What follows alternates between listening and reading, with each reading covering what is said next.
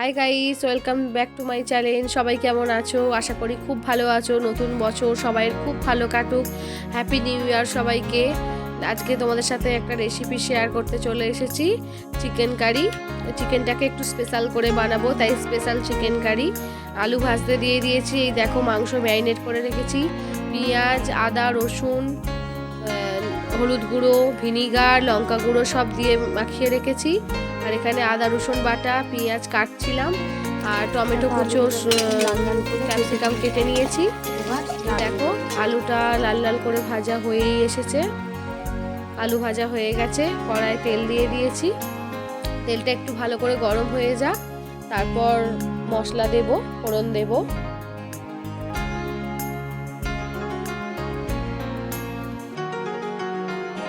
তেলটা ভালো করে গরম হয়ে গেছে। এতে আমি তেজপাতা, লবঙ্গ, গোটা জিরে দেব। গোটা জিরে দিলে খুব ভালো টেস্ট হয় মাংসর। আর শুকনো লঙ্কা দিয়ে দেব।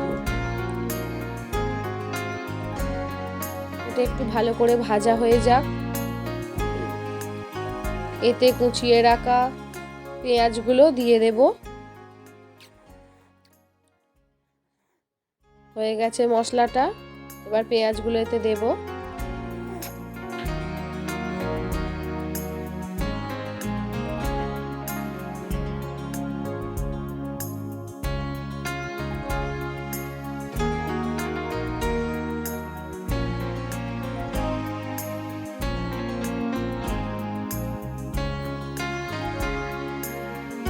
পেঁয়াজগুলো দিয়ে দিলাম। পেঁয়াজগুলো একটুখানি ভাজা হয়ে গেলে রসুনটা দেব। একটু পেঁয়াজগুলো লাল হয়ে ভাজা হয়ে যাক। দেখো, এখন পেঁয়াজগুলো আমার অনেকটাই ভাজা হয়ে গেছে। এবার এতে রসুন বাটাটা দিয়ে দিচ্ছি। রসুনটা একটু ভালো করে ভাজতে হবে, না হলে রসুনের গন্ধ ছাড়বে। আর রসুনটা যত ভালো ভাজবে তত ভালো রান্নার টেস্ট হয়। পেঁয়াজ রসুনটা একটু ভালো করে এবার ভাজা হয়ে গেলে তারপর আদাটা দেব। আদাটা বেশি আগে দিই না, কারণ আদা ভাজলে তেতো হয়ে যায়। এই যে এবার আদা বাটাটা দিয়ে দিলাম। এবার একটু ভাজা হয়ে যাক, তারপর ক্যাপসিকাম কুচো আর টমেটো কুচোটা দেব।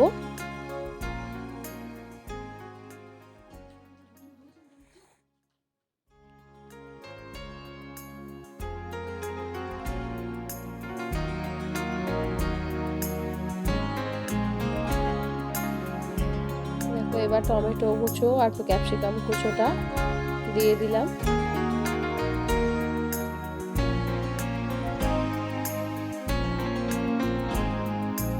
নুন দিয়ে দিলাম। নুনটা দিলে তবে নরম হবে মশলাটা, পেঁয়াজের সাথে টমেটো ক্যাপসিকামটা তবে মিক্স খাবে। ভালো করে গ্রেভিটা করে নিতে হবে। যত বেশি মশলা কষা হবে তত বেশি রান্নার স্বাদ হয়।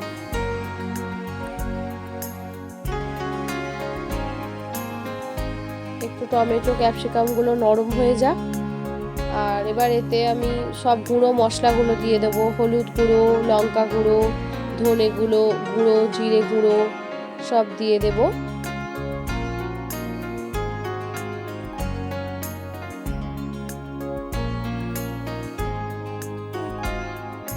আমার এখন সব দেয়া হয়ে গেছে গুঁড়ো মশলা।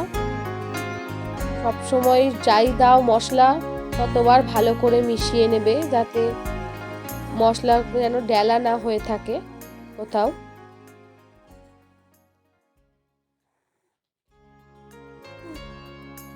এবার এতে আমি দিয়ে দেব কাশ্মীরি লঙ্কা। কাশ্মীরি লঙ্কাটা দিলে রঙটা খুব সুন্দর হয়। আর যারা তোমরা ঝাল খাও বেশি, তারা বেশি করে লঙ্কা গুঁড়ো দিতেই পারো। আমরা বেশি ঝাল খাই না, সেই জন্য রঙটা আনার জন্য একটু কাশ্মীরি লঙ্কা ব্যবহার করি।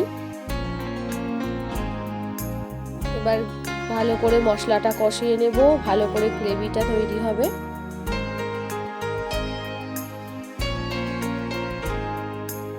দেখো, এই যে গ্রেভিটা তৈরি হয়ে গেছে। দেখেছো কি সুন্দর গ্রেভিটা হয়ে গেছে। পেঁয়াজগুলো সব একেবারে সেদ্ধ হয়ে গেছে মশলাটা। এরপর এতে ম্যারিনেট করে রাখা মাংসগুলো দিয়ে দেব। মাংসগুলো দেয়া হয়ে গেছে। এবার ভালো করে মশলার সাথে মাংসটাকে ভালো করে কষতে হবে, একটু বেশিক্ষণ ধরে কষতে হবে যাতে পুরো মশলাটা মাংসর ভেতরে ঢোকে।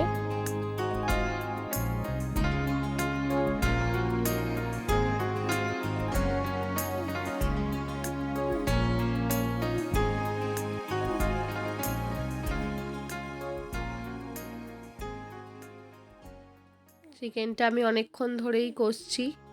এরপর চিকেনটাতে ভেজে রাখা আলুগুলো দিয়ে দেব, দিয়ে একসাথে কষবো।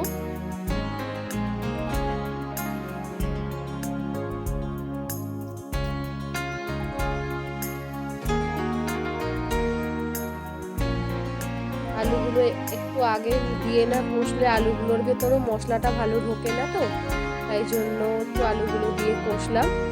এবার জল ঢেলে দিয়েছি, দেখো।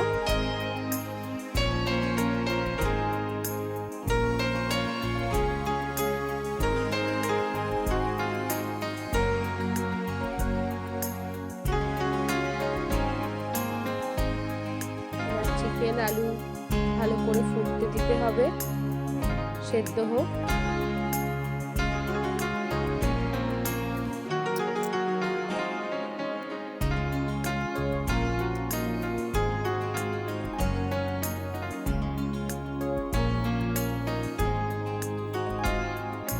দেখো এখন চিকেনটা ভালো করে ফুটে গেছে, আলু চিকেন দুটোই সেদ্ধ হয়ে গেছে। এবার এতে আমি ধনেপাতা কুচি, মিট মশলা দিয়ে দেব।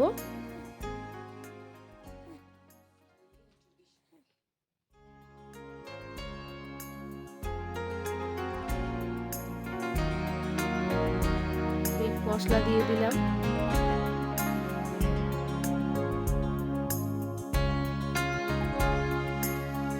মাংস রেডি। তোমরা প্লিজ আমাদের ভিডিওটা দেখো, আমাদের চ্যানেলটাকে লাইক ও সাবস্ক্রাইব করে দিও, আর সবাই খুব ভালো থাকো। দেখো রংটা কি সুন্দর হয়েছে। টাটা।